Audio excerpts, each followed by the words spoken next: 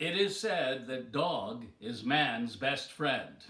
And indeed, dog was the first of the wild animals to come and befriend the people. The people welcomed dog in and let dog sleep by their fire, eat scraps from their tables, and play with their children. And the people loved dog. And dog loved the people. And it was a good friendship. But other animals were watching. And some of them saw that friendship and thought, that looks like a good friendship. We would like to be friends with the people. Maybe you know how that feels. Maybe you have watched good friends laughing and playing and having a good time together and stood aside and thought, gee, I wish I could be their friend too. If you know how that feels, you understand why these animals thought, we should go and be friends with the people too. And so they came to the people, hoping people would take them in and love them the way the people loved dog. The only problem was, these animals were the snakes. Snakes wanted the friendship of the people. And so they came right up to the people, hoping people would love them, like they loved dog. But you know what people did when they saw all those, ew, snakes! Hit them with a broom, smush them, kill them, yuck! Why, the people beat the snakes and sent the snakes away, and the snakes said, whee! People don't like us. Why? And then the snakes began to think, maybe we snakes aren't pretty enough for the people. For they noticed how people came in all different colors. Snakes thought, maybe we should too. So the snakes decided that they would make themselves prettier for the people. They got paint and they painted themselves many different colors. Some snakes made themselves bright green. Other snakes made themselves deep indigo. Some snakes painted pretty different colored rings all the lengths of their bodies, and other snakes painted pretty diamond patterns down their backs. And when the snakes had finished painting themselves in these pretty ways, they came again to the people, hoping now, perhaps, people would love these prettily painted snakes. But you know what people did? When they saw all those snakes, ew, hit them with a broom, smush them, kill them, yuck!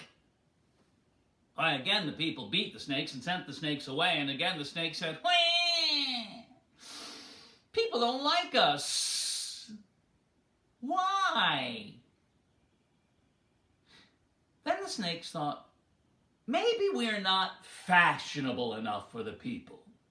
They noticed how people were always changing their clothes and adding things like rings and bows and hoods and capes. Snakes thought, we need those things too.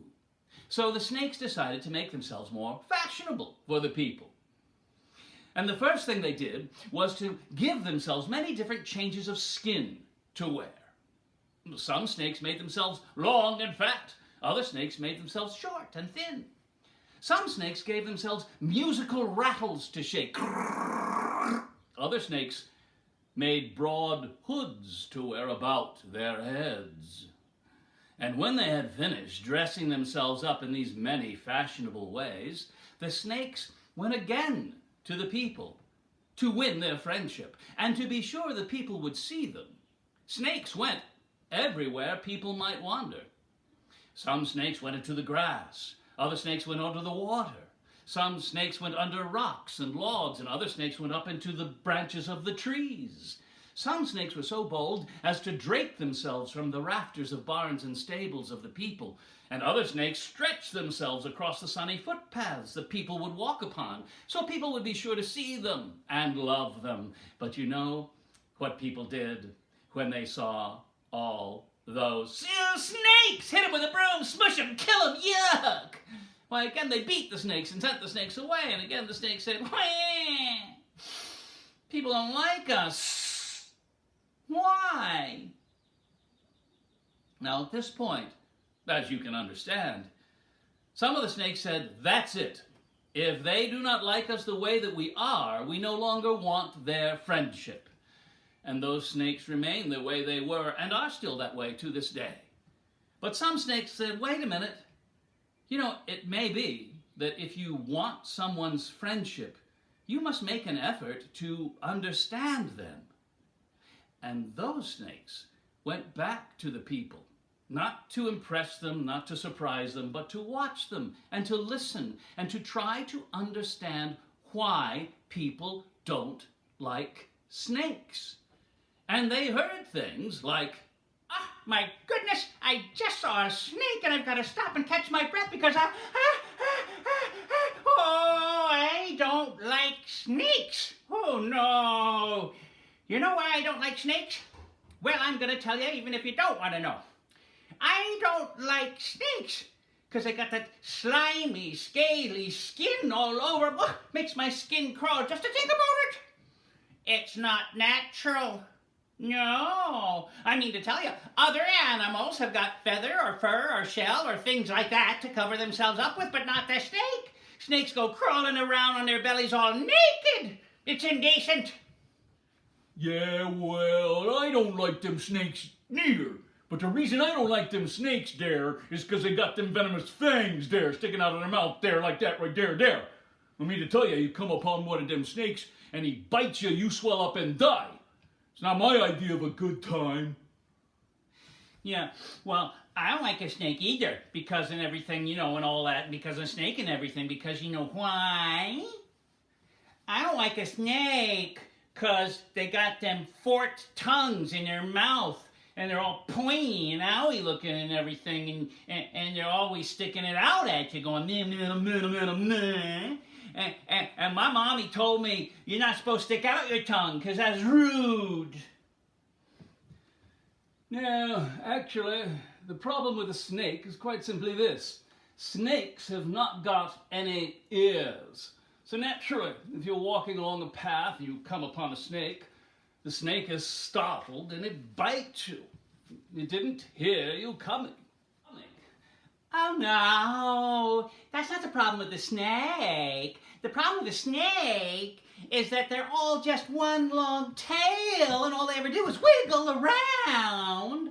I mean, other animals have got arms or legs or wings or things like that. Snakes need those things too. Well, now the snakes knew why people did not like them. And oh, my friends, it can be hard to hear what someone thinks of you. But they listened, and they knew what they must do if they still wanted the friendship of the people. They remembered people did not like that slimy, scaly skin, so they covered themselves over with soft, warm fur. And there they were, long, furry tails.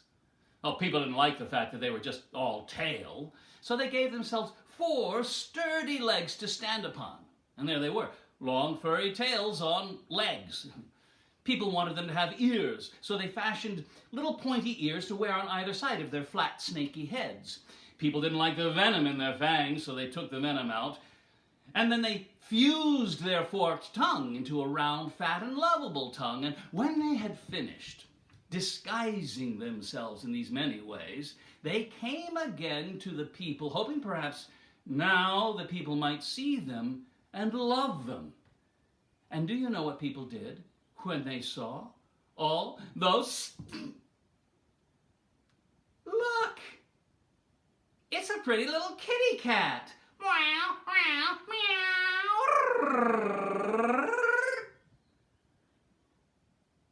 And to this day, the cat is one of the best loved pets among the people, right alongside dogs.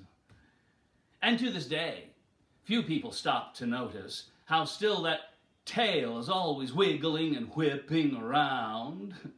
And few people stop to notice how cats, just like snakes, love to stretch out in the warm sun, to drink milk, and to catch mice. And few people stop to notice how still cats, just like snakes, will be heard to when they're angry, and still they are constantly sticking out their tongue. But If you gently take a cat in your arms, and you tenderly pin back its ears and stretch back its fur, you can still see the flat, snaky head and the glowing serpent eyes of a snake in disguise.